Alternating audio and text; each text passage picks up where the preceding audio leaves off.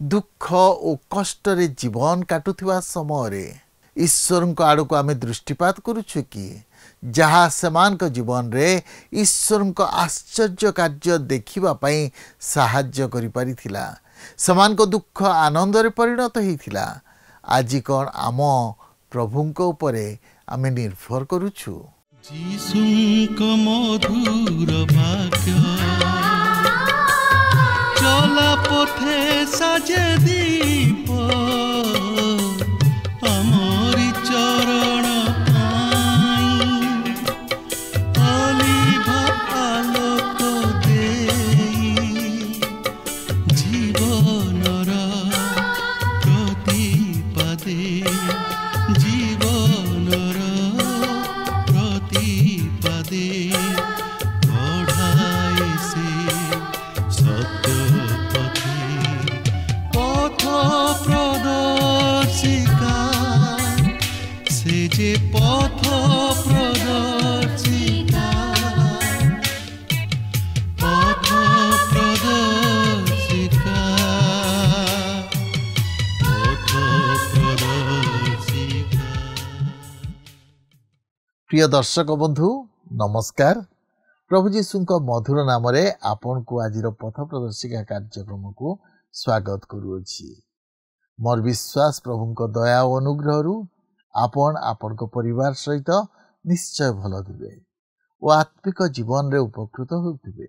मो विश्वास करे जे ए कार्यक्रम आपन को आहुरी ईश्वर को निकटतर करि पारुछि। आपनकर मतामत केबा प्रार्थना अनुरोध जदि अछि टीवी स्क्रीन रे दिया जाइथिबा नंबर रे आमको जणाइबे। आमे आपन को फोन कॉल रा अपेक्षा रे अछु। अनेक आपन को मध्यरु आम्मान को सहित जोगाजोग करंती। मु सेमान को धन्यवाद दिए। जदि आपन ए पर्यंत करि पारि नाहंती तेबे आज ही करंतु। आमे आपन को आपनकर प्रश्न उत्तर देबु ओ आपन को निमंते प्रार्थना करिबु। ए कार्यक्रम मध्य देई पुनि थरे आपन को सहित साक्षात करिवार सुयोग पाइथिबारु प्रभु को धन्यवाद दिए। प्रभु आपन को आशीर्वाद करंतु। आज अध्ययन रे आमे देखिबा जे इस्राएलिय मानकर ऐतिहासिक अनुभूति मध्य दे जिबा समय रे ए गीत से वर्णना करुछंती। जो जंत्रणा मध्य दे सेमाने गति करुथिले ताहा सेमाने चिंता करुछंती। आमे गत पाठ रे लक्ष्य करिथिलु जे समानकर ताड़नाकारी माने समान को बाध्य करुथिले गीत गाइबा पाई। समाने जेपरी आनंद उपभोग करिवे किंतु समाने जेतेबेले गीत संहिता 137 रो 7 पदरु 9 पद पढ़ू आमे देखू जे समान को विरुद्ध रे अन्य देशीय मान को आणुछंती जो माने समान को आहुरी अधिक ताड़ना और कष्ट देबे। इदव्य मान को विषय रे कुआ जाईछि जेपरि सेमाने ईश्वर को लोक मान को कष्ट देबे। गीत रचक प्रार्थना करुछंती ईश्वर जेपरि समान को प्रति विचार करिवे। समाने जहा करुछंती समान को प्रतिफल देबे और विनष्ट करिवे। अनेक समय रे ताही आमे चिंता करू ओ प्रार्थना करू। आमे भाबू प्रभु आम इच्छा अनुसार कार्य करंतु किंतु ए कथा मन रखु जे प्रभु तांको निरूपित समय रे समस्त कार्य करंती। तापरे 138 गीतर आरंभ रे ईश्वर को प्रशंसा करिथिबा देखू। आमे कौन ईश्वर को इच्छा अनुसार जीवन काटुछु कि? तेबे आसंतु ए संपर्क रे अधिक आलोचना करिबा पूर्वरु एक भक्तिमूलक गीत गाइबा। पाप सब मोर आखिर पतारे लुह होई जाए बही अनुताप नई जाए झरी झरी कृषिय प्रेम कुस्मरी आशा भरोसा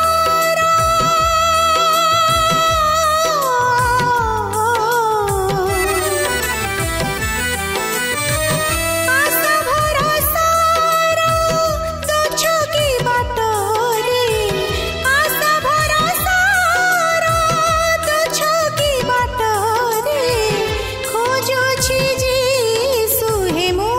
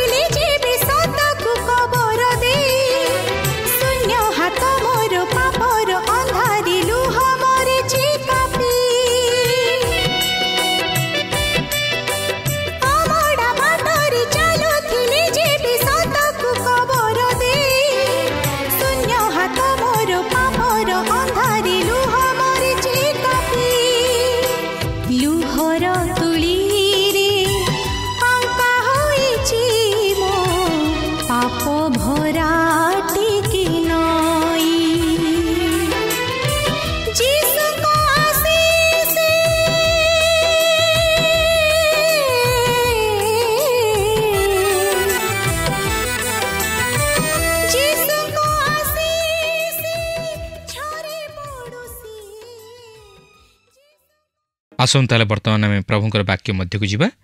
ଆଜି ଆମେ ଗୀତ ସଂହିତା ତା'ର 137 ପର୍ବର 7 ପଦରୁ ଅଧ୍ୟୟନ କରିବା ନିମନ୍ତେ ଯିବା। ତେବେ ଏଠାରେ ମୁଁ ଆପଣଙ୍କୁ ସ୍ମରଣ କରାଇ ଦେବା ପାଇଁ ଚାହେଁ ଯେ ଗତ ପାଠରେ ଆମେ ଇସ୍ରାଏଲୀୟମାନଙ୍କର ସେହି ବାବିଲୀୟ ନଦୀମାନଙ୍କ ନିକଟରେ ବିଳାପ କରୁଥିବାର ବିଷୟକୁ ଲକ୍ଷ୍ୟ କରୁଥିଲୁ। ଆଉ ଆଜି ମଧ୍ୟ ଆମେ ତହିଁର କ୍ରମଶଃ ଅଧ୍ୟୟନ କରି ଆଲୋଚନା କରିବା ନିମନ୍ତେ ଯିବା। ତେବେ ଏହି 137 ପର୍ବର 7 ପଦରେ ଏହିପରି ଲେଖା ଅଛି, ହେ ସଦାପ୍ରଭୁ, ଇଦୋମୀୟ ସନ୍ତାନଗଣ ପ୍ରତିକୂଳରେ ଜେରୁସାଲେମର ଦିନ ସ୍ମରଣ କର। ସେମାନେ କହିଲେ, ଉତ୍ପାଟନ କର, ତହିଁର ମୂଳ ପର୍ଯ୍ୟନ୍ତ ଉତ୍ପାଟନ କର। ଅନ୍ୟ ଅର୍ଥରେ କହିବାକୁ ଗଲେ ସେମାନେ ନ୍ୟାୟ ବିଚାର ଚାହାନ୍ତି। ସେମାନେ ଈଶ୍ୱରଙ୍କର ନ୍ୟାୟ ବିଚାରକୁ ଅପେକ୍ଷା କରନ୍ତି। ସେମାନେ ନ୍ୟାୟ ବିଚାର ପାଇବା ନିମନ୍ତେ ପ୍ରାର୍ଥନା କରନ୍ତି।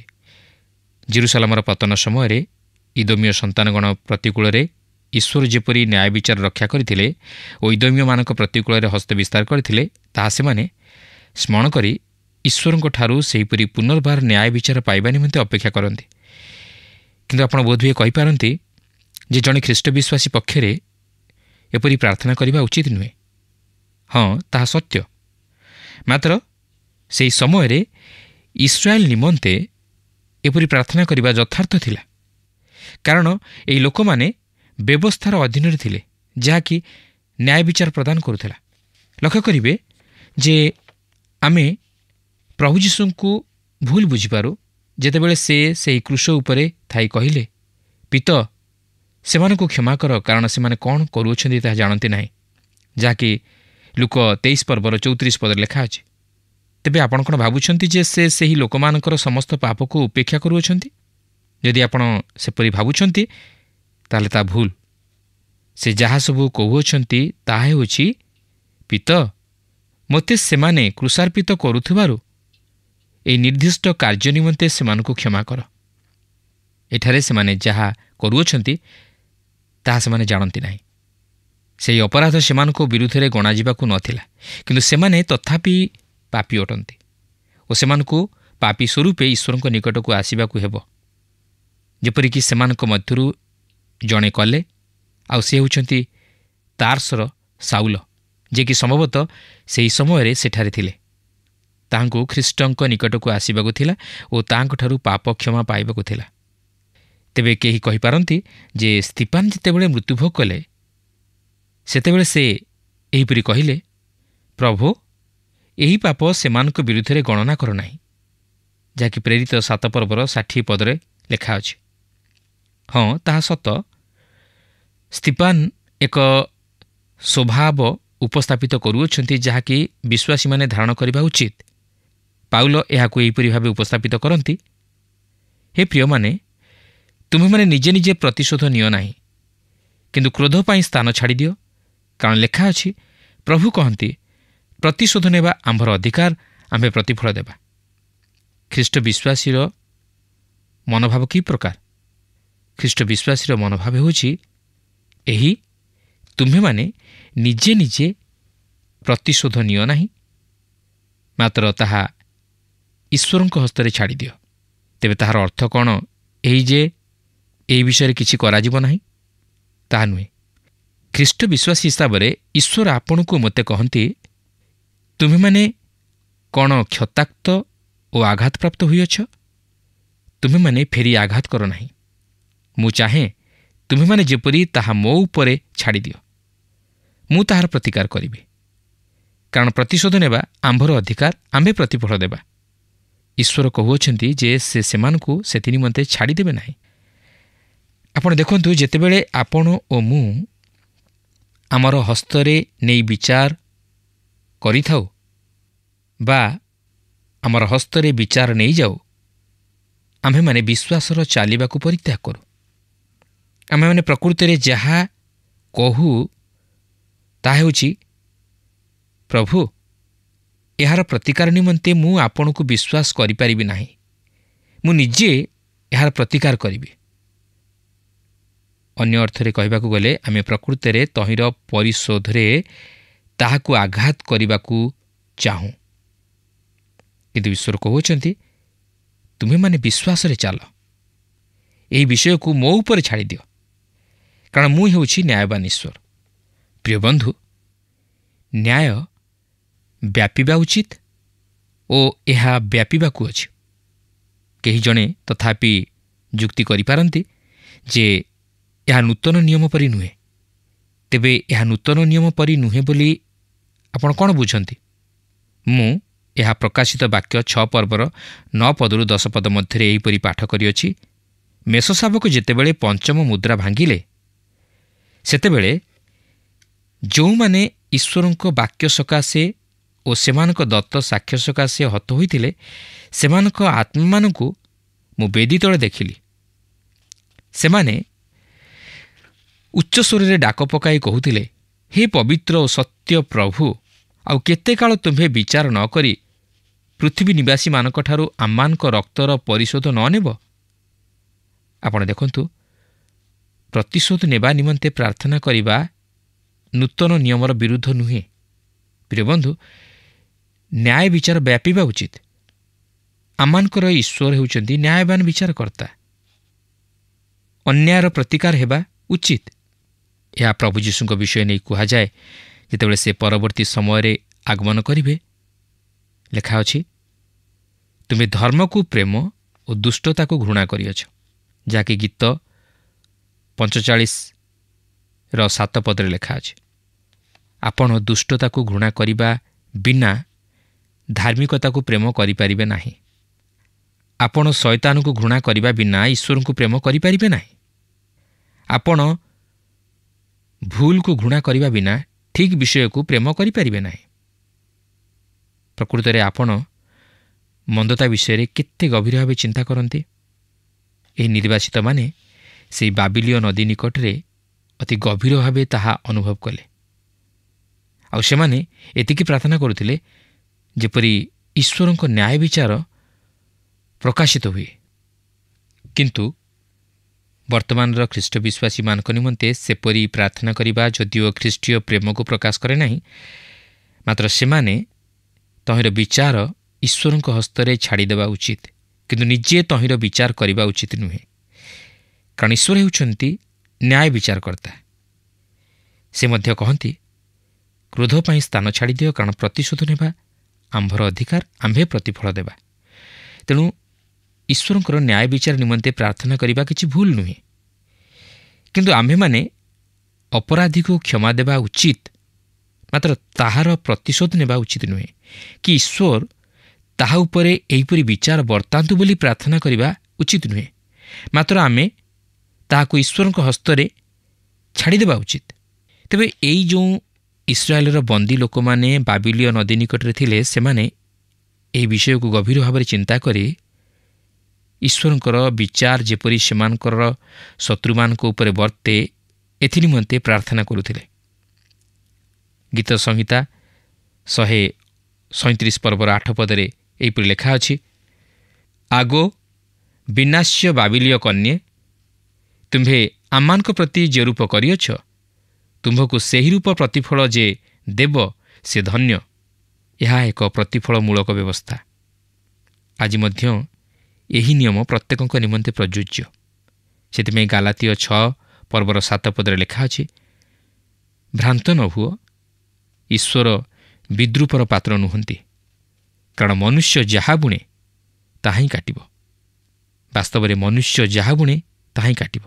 ତେଣୁ ଅନ୍ୟ ଅର୍ଥରେ କହିବାକୁ ଗଲେ ଏହି ଲୋକମାନେ କହିବାକୁ ଚାହାନ୍ତି, ହେ ଈଶ୍ୱର, ଆମ୍ଭମାନଙ୍କ ପ୍ରତି ଯେପରି ଘଟିଅଛି ସେମାନଙ୍କ ପ୍ରତି ମଧ୍ୟ ସେହିପରି ଘଟୁ। ପ୍ରଭୁ ଯୀଶୁ ମଧ୍ୟ ମାଥ୍ୟୁ 26 ପର୍ବର 52 ପଦରେ ଏହିପରି ପ୍ରକାଶ କରନ୍ତି। ସେଥିରେ ଯୀଶୁ ତାହାଙ୍କୁ କହିଲେ, ତୁମର ଖଡ଼୍ଗ ପୁନର୍ବାର ସୁସ୍ଥାନରେ ରଖ, କାରଣ ଯେଉଁମାନେ ଖଡ଼୍ଗ ଧାରଣ କରନ୍ତି ସେ ସମସ୍ତେ ଖଡ଼୍ଗ ଦ୍ୱାରା ବିନଷ୍ଟ ହେବେ। ବର୍ତ୍ତମାନ ଆମେ ପ୍ରକୃତ ଜଟିଳ ବିଷୟ ମଧ୍ୟକୁ ଆସୁଅଛୁ। ଗୀତ 137 ପର୍ବର 9 ପଦରେ ଏହିପରି ଲେଖା ଅଛି, ଯେଉଁ ଜନ ତୁମ୍ଭ ଶିଶୁଗଣକୁ ଧରି ଶୈଳ ଉପରେ କଚାଡ଼ିବ ସେ ଧନ୍ୟ।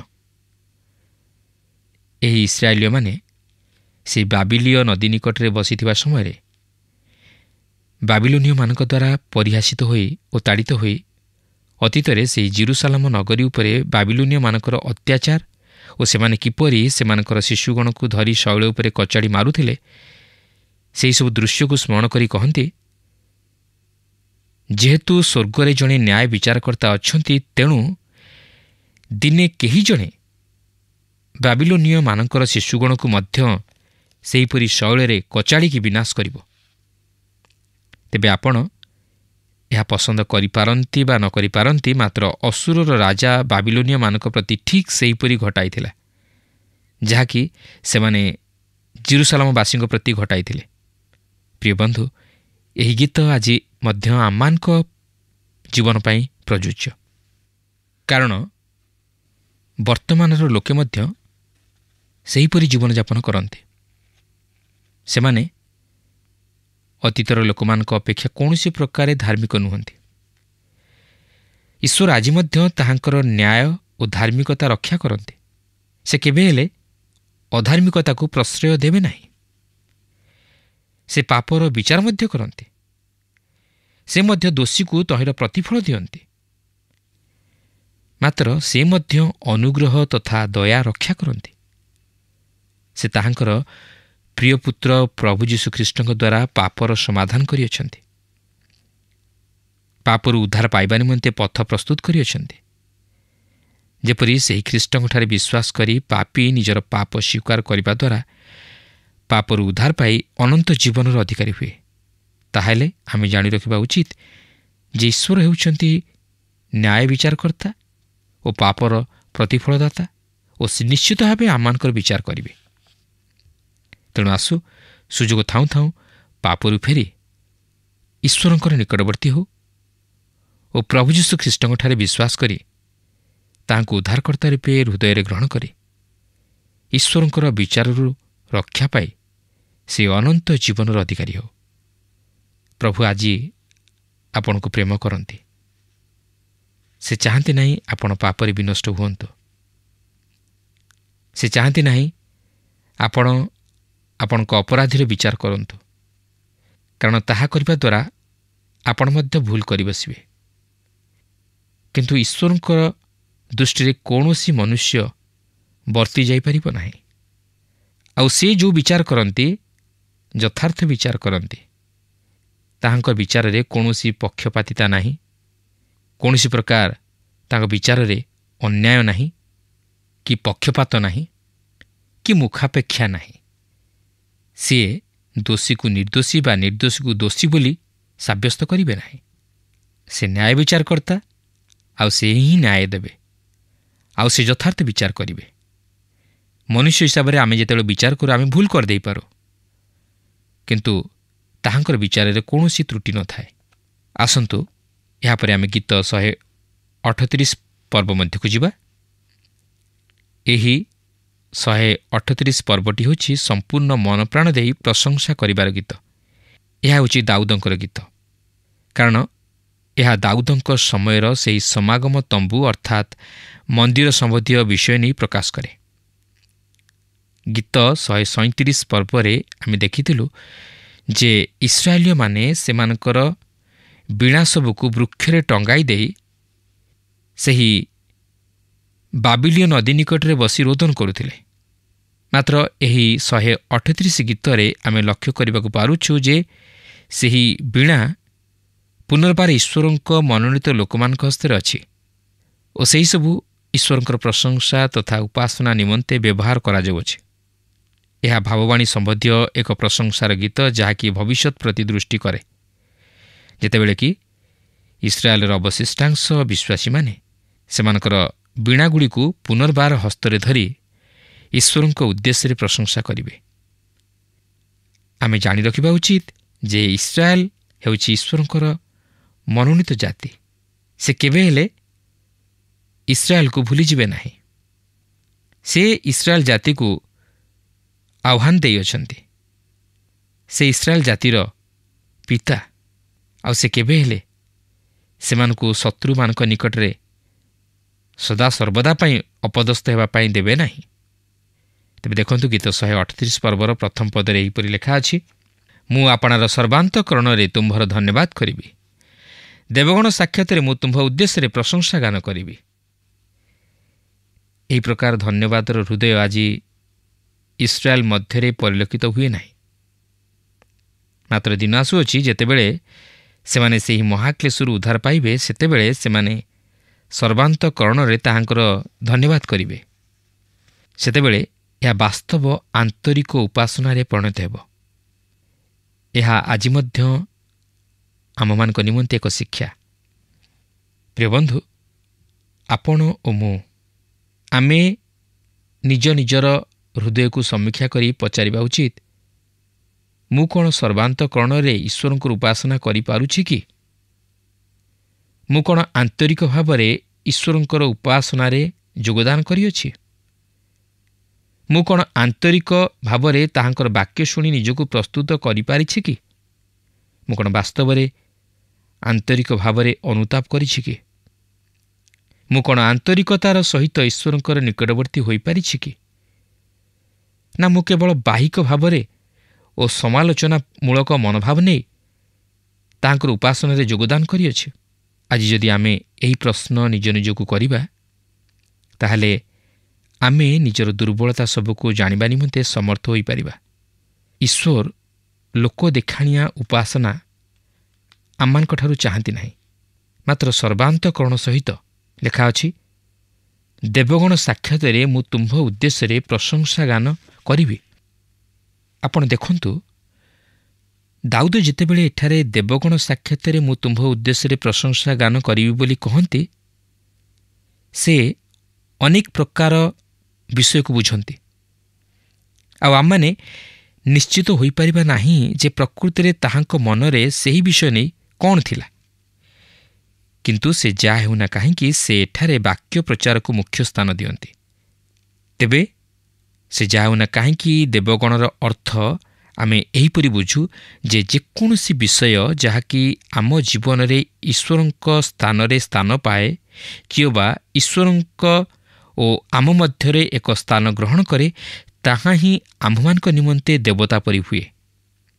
କିନ୍ତୁ ଆମ୍ଭେମାନେ ଯଦି ଈଶ୍ୱରଙ୍କର ପରିଚୟ ପାଇଅଛୁ, ତାହେଲେ ଆମ ଜୀବନରେ ଅନ୍ୟ କୌଣସି ବିଷୟ ଈଶ୍ୱରଙ୍କ ସ୍ଥାନ ଗ୍ରହଣ କରିବା ଉଚିତ ନୁହେଁ। କି ଯେଉଁମାନେ ସତ୍ୟ ଈଶ୍ୱରଙ୍କର ପରିଚୟ ପାଇନାହାନ୍ତି, ସେମାନଙ୍କ ନିକଟରେ ଆମେ ନୀରବ ରହିବା ଉଚିତ ନୁହେଁ। ଆମେ ସେମାନଙ୍କ ନିକଟରେ ଏହି ପରିତ୍ରାଣଜନକ ସୁସମ୍ବାଦ ପ୍ରଚାର କରିବା ଉଚିତ ଯେ ପ୍ରଭୁ ଯୀଶୁଖ୍ରୀଷ୍ଟ ଏହି ଜଗତର ଏକମାତ୍ର ଉଦ୍ଧାରକର୍ତ୍ତା ତଥା ଅନନ୍ତ ଜୀବନଦାତା ଈଶ୍ୱର। ପ୍ରିୟ ବନ୍ଧୁ, ଏହି ବିଷୟକୁ ମନ ମଧ୍ୟରେ ରଖି ଆମେ ନିଜ ନିଜକୁ ପ୍ରଶ୍ନ କରୁ ଯେ ମୋ ଜୀବନରେ ମୁଁ କ'ଣ ପ୍ରଭୁଙ୍କ ନିମନ୍ତେ ସାକ୍ଷୀ ହୋଇପାରିଛି କି? ମୁଁ କ'ଣ ପ୍ରଭୁଙ୍କର ବାକ୍ୟ ଅନୁଯାୟୀ ଜୀବନଯାପନ କରିପାରୁଛି କି? ମୁଁ କ'ଣ ଅନ୍ୟମାନଙ୍କ ନିକଟରେ ଆଦର୍ଶ ଜୀବନଯାପନ କରିପାରୁଛି କି? ମୁଁ କ'ଣ ମୋର ଜୀବନ ଦ୍ୱାରା ଅନ୍ୟମାନଙ୍କୁ ଈଶ୍ୱରଙ୍କର ନିକଟବର୍ତ୍ତୀ କରାଇପାରୁଛି କି? ନା ମୋ ଜୀବନ ଆଜି ଅନ୍ୟମାନଙ୍କ ନିମନ୍ତେ ପ୍ରତିବନ୍ଧକ ସ୍ୱରୂପ ହୋଇଅଛି? କିନ୍ତୁ ଭକ୍ତ ଦାଉଦ କହନ୍ତି, ଦେବଗଣ ସାକ୍ଷାତରେ ମୁଁ ତୁମ୍ଭ ଉଦ୍ଦେଶ୍ୟରେ ପ୍ରଶଂସା ଗାନ କରିବି। ଭକ୍ତ ଏଠାରେ ଈଶ୍ୱରଙ୍କୁ ସର୍ବଶ୍ରେଷ୍ଠ ସ୍ଥାନ ଦେଇ ତାଙ୍କର ପ୍ରଶଂସା କରିବାର ବିଷୟକୁ ପ୍ରକାଶ କରନ୍ତି। ତାଙ୍କର ବାକ୍ୟ ପ୍ରଚାରକୁ ଶ୍ରେଷ୍ଠ ସ୍ଥାନ ଦିଅନ୍ତି। ତାଙ୍କର ସାକ୍ଷୀ ହେବା ନିମନ୍ତେ ପସନ୍ଦ କରନ୍ତି ଓ ତାହାଙ୍କୁ ସର୍ବସାକ୍ଷାତରେ ଉଚ୍ଚୀକୃତ କରାଇବା ନିମନ୍ତେ ଶପଥ କରନ୍ତି। ପ୍ରିୟ ବନ୍ଧୁ, ଈଶ୍ୱର ତାହା ହିଁ ଆମମାନଙ୍କ ଜୀବନରୁ ଚାହାନ୍ତି। ପ୍ରଭୁ ପ୍ରତ୍ୟେକଙ୍କୁ ଏହି ସଂକ୍ଷିପ୍ତ ଆଲୋଚନା ମଧ୍ୟ ଦେଇ ଆଶୀର୍ବାଦ କରନ୍ତୁ। ଆଶା କରୁ ଆଜିର କାର୍ଯ୍ୟକ୍ରମ ଆପଣଙ୍କୁ ନିଶ୍ଚୟ ଭଲ ଲାଗିଥିବ ଓ ଆପଣ ଆତ୍ମିକ ଜୀବନରେ ଉପକୃତ ହୋଇଥିବେ। ଆମେ ଲକ୍ଷ୍ୟ କଲୁ ଯେ ଇସ୍ରାଏଲୀୟମାନେ ଯେଉଁମାନେ ଈଶ୍ୱରଙ୍କ ମନୋନୀତ ଜାତି ଥିଲେ, ଯେଉଁମାନଙ୍କୁ ଈଶ୍ୱର ପୃଥକ କରିଥିଲେ, ସେମାନେ ଈଶ୍ୱରଙ୍କ ବିରୁଦ୍ଧାଚରଣ କାର୍ଯ୍ୟ କଲେ। ସେଥିପାଇଁ ସେମାନେ ବନ୍ଦୀ ହୋଇ ବାବିଲୋନକୁ ଆସିଛନ୍ତି। ସେଠାରେ ଦୁଃଖ ଓ କଷ୍ଟରେ ଜୀବନ କାଟୁଛନ୍ତି। ସେହି ସମୟରେ ଈଶ୍ୱରଙ୍କ ଆଡ଼କୁ ଦୃଷ୍ଟିପାତ କରୁଛନ୍ତି, ଯାହା ସେମାନଙ୍କ ନିମନ୍ତେ ଈଶ୍ୱରଙ୍କ ଆଶ୍ଚର୍ଯ୍ୟ କାର୍ଯ୍ୟ ଦେଖିବାରେ ସାହାଯ୍ୟ କରିଛି। ସେମାନଙ୍କ ଦୁଃଖ ଆନନ୍ଦରେ ପରିଣତ ହୋଇଛି। ତେଣୁ ଗୀତରଚକ ଈଶ୍ୱରଙ୍କ ପ୍ରଶଂସା କରିବା ପାଇଁ ତାଙ୍କୁ କହୁଛନ୍ତି। ଆଜି କ'ଣ ଆମେ ପ୍ରଭୁଙ୍କ ଉପରେ ସମ୍ପୂର୍ଣ୍ଣ ଭରସା ରଖିଛୁ କି? କିମ୍ବା ଆମେ ନିଜ ଉପରେ ଭରସା ରଖିଛୁ? ଯଦି ପ୍ରଭୁଙ୍କ ଉପରେ ଭରସା ରଖୁ, ସେ ଆମମାନଙ୍କୁ ଆଶୀର୍ବାଦ କରିବେ। ଆଜି ତ ଆମ ସମୟ ଶେଷ ହେଲାଣି।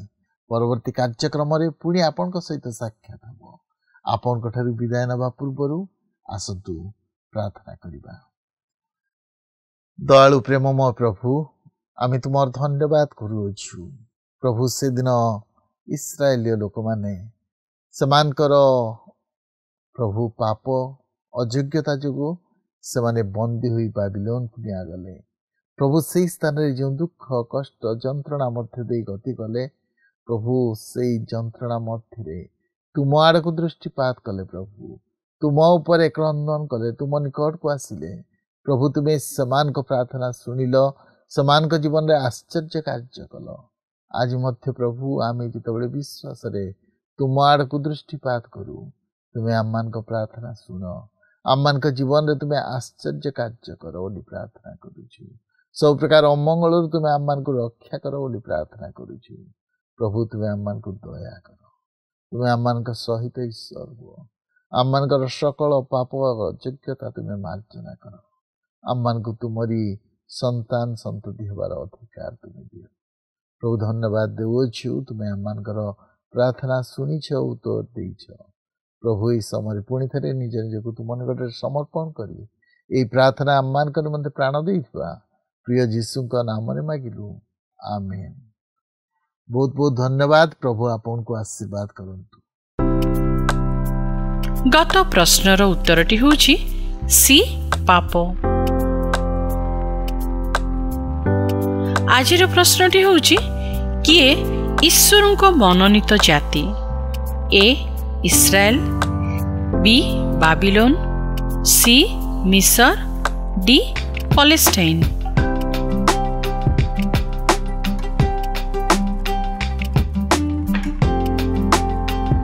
এই প্রশ্নর উত্তর আসন্তা কালি সন্ধ্যা 6টা মধ্যরে option A, B, C, D মধ্যরু সঠিক উত্তর বাছি আপনার নাম ও সম্পূর্ণ ঠিকনা সহিত 9777221415 ফোন নম্বরে SMS কিংবা WhatsApp দ্বারা জଣାইବାକୁ অনুরোধ।